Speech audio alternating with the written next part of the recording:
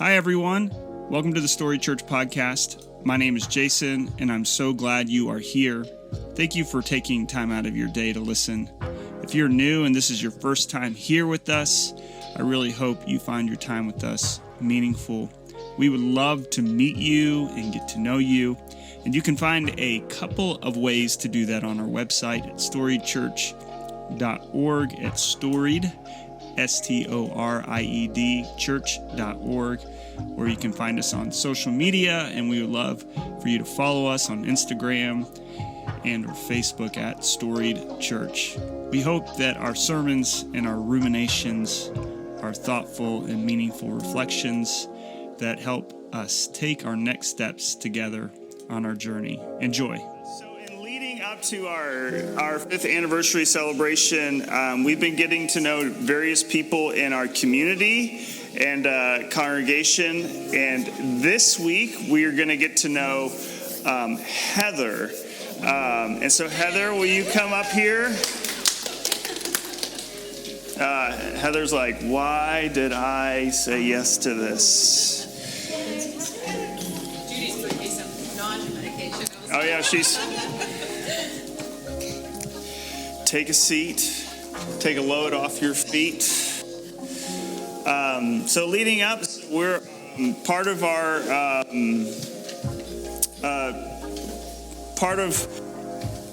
our goals as a leadership team is to make space. This is going in and out, but I'm pretty sure y'all can hear me. But is to make space for stories in our community these next few weeks, and wanted to hear some of Heather's stories and why she came to Storied Church. So thank you for doing this and kind of agreeing to it. What led you to seek out a faith community at the point in your life that you did? So has it been 2 years? I think it's been 2 years. October 22. Okay. A lot of you know my daughter passed away in April of 22. And I didn't have a good support. I had a good support system with medical staff and nurses and therapists and all the people that surrounded us through her life. And then when she was gone, we lost her and we lost them.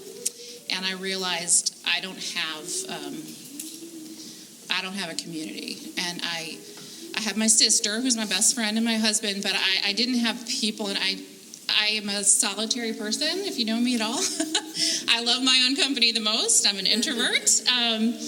But something in me was like, you are going to need people. And so I very bravely came week after week. It's not my thing. I didn't want to. I'd rather stay home. I'm scared of people. I'm scared of relationships. But I knew, and I'm so glad because it's been 2 years, and I was telling somebody this week, it's like after you have surgery and you're in recovery and you're like, oh, that's not so bad. I feel great. And then you go home and like the numbness starts to wear off and you're like, crap. And that's how I feel right now, 2 years later. I feel crap. I'm not really doing that great. Honestly, I'm just not. And so I'm so glad I listened to that voice in me that was like, you need people. Because even though I mostly see y'all just on Sunday, it's like I didn't want to come today. I don't feel good. I haven't felt good for a few weeks. But I knew, like, I needed to see my people. And I knew I wouldn't regret it. And even though I don't see y'all, like, every day or during the week most of the time, it's just knowing, it's like I've got a backup squad. And I'm so glad. I'm so glad because honestly, at that time, I thought in 2 years I'm gonna be fine. But I'm not fine. But I've got my people, and that's so comforting. So that was long. No, that was good. Okay. Thank you. So our community, is a little eclectic and different. Why? This was the first church you walked into? I did go to a church in Greensboro for a while, and I liked it, but it was very established. It was large. I didn't feel like there was a place for me. I like eclectic and a little edgier. I loved the kids running around and people talking to you during the service, and I was like, okay, I can do this. I can't do formal perfection. This is not who I am. So yeah, that was very appealing. Awesome.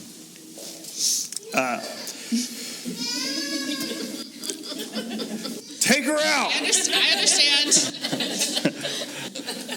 That's my kid. It's been a beautiful part of the journey, and also I feel like one of the qualities is that, like you said, you show up. You don't feel well today, and you're here. You're dependable, which is such a gift to this church. As you reflect on your faith journey and what led you here, what are you most grateful for? My faith journey is sort of one day I wake up and I'm like, I'm agnostic. Oh my God. And then I'll be sitting outside in nature and God will be like, no, you're not. That's my faith journey. So I think the best part of this church is that I can do that here.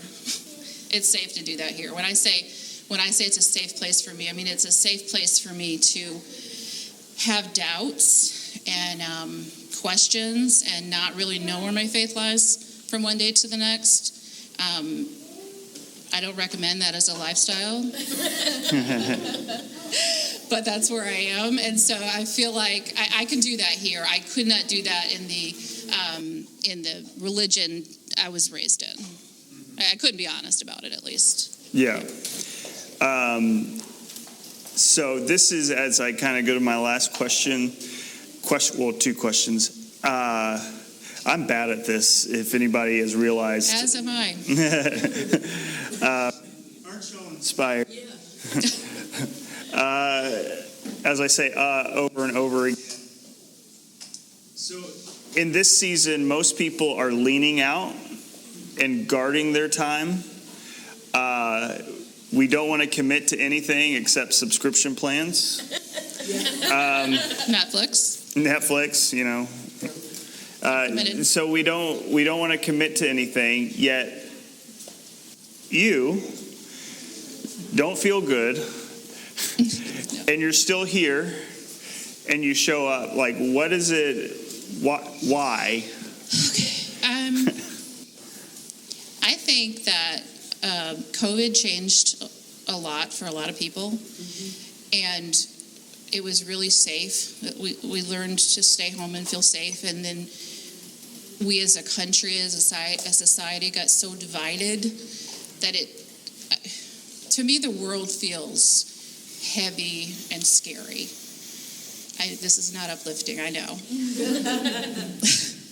But that's why I'm here, because I feel like it's so much easier to stay home and not commit to friendships or relationships, because I don't know about y'all, but I lost a lot of relationships in the last 10 years.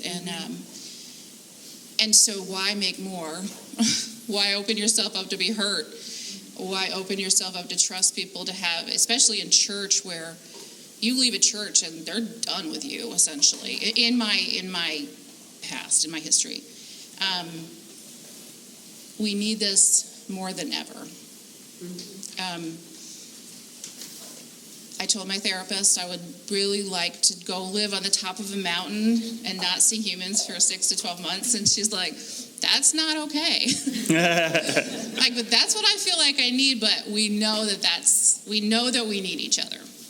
And I've never come and regretted being here. I've always been so glad. volunteering is important to me. If I wasn't helping here, I'd be helping somewhere. And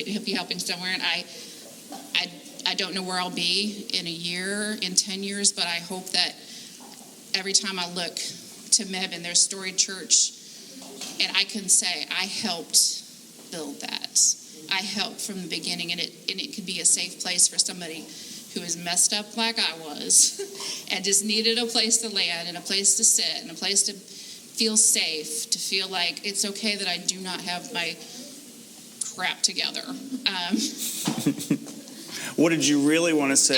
Jason told me to be myself. I'm like, no, people have said that before and regretted it. So I think it's the most important time in the whole wide world for people to gather. We're coming up on a crazy election year, and we're more divided than ever. And I have strong opinions about politics, as we all do, but I think coming here and just loving people, telling people you're welcome as you are, come as you are, be yourself, have your questions, do your thing. Having that space is like, this is the most valuable space in Mebane to me right now. Yeah. Awesome. That was beautiful. My last question. That was the last question. I said two questions. My last question is so many people, I feel like, that in this space have felt welcomed by it's one of the qualities that you draw away from, but it's you're one of the first people that people meet in this church, and I think it's one of the impressions that people get when they come to this church is it goes way past, welcome, so glad you're here, every seat is yours, like that. Like, it's this authenticity, I think, is what people get first thing they walk in the door. And so in addition to that is like, what gifts do you bring to this church?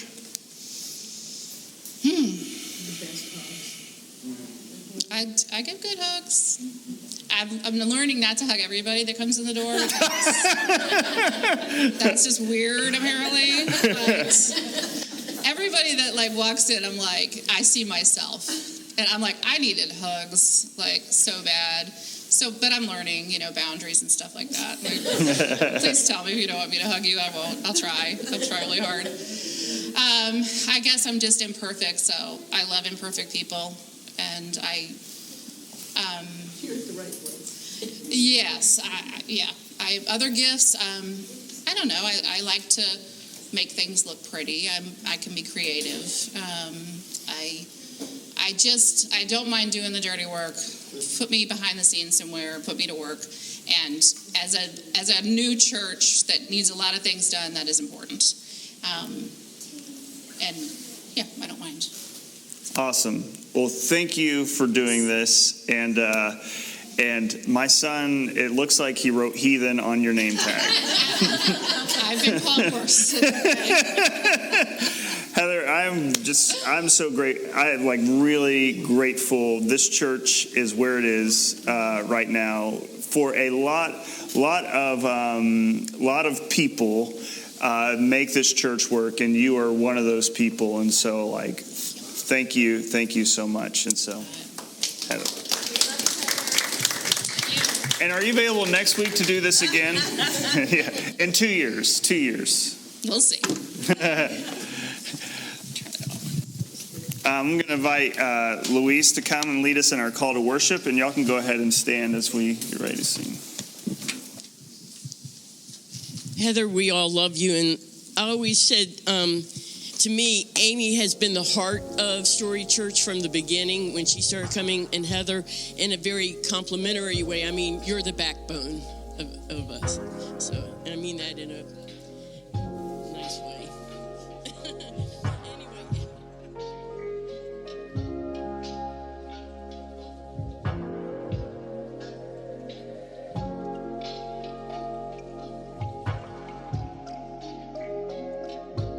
Again, we want to thank you for listening today to the Storied Church podcast. We really hope that we get to meet you soon And again, you can visit us at storiedchurch.org, or you can follow us on Instagram and Facebook.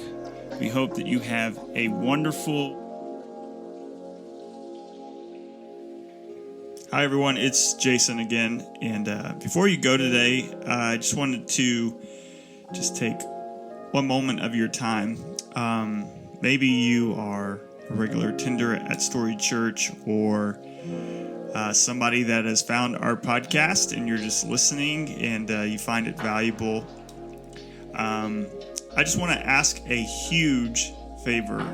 Our church is located in North Carolina, Alamance County, and we are one of the only open and affirming, reconciling, progressive, whatever word you want to label on that church here in Alamance County.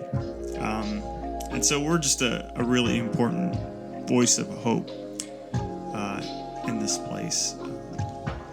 Every organization, including ours, takes funding, and the church has changed, and so we're trying to be creative in our funding. But I know it's a different ask, that especially if you don't live here in North Carolina. But if you would support us or consider supporting us with a one-time gift or even a monthly gift, it would mean the world. And thank you so much for even considering.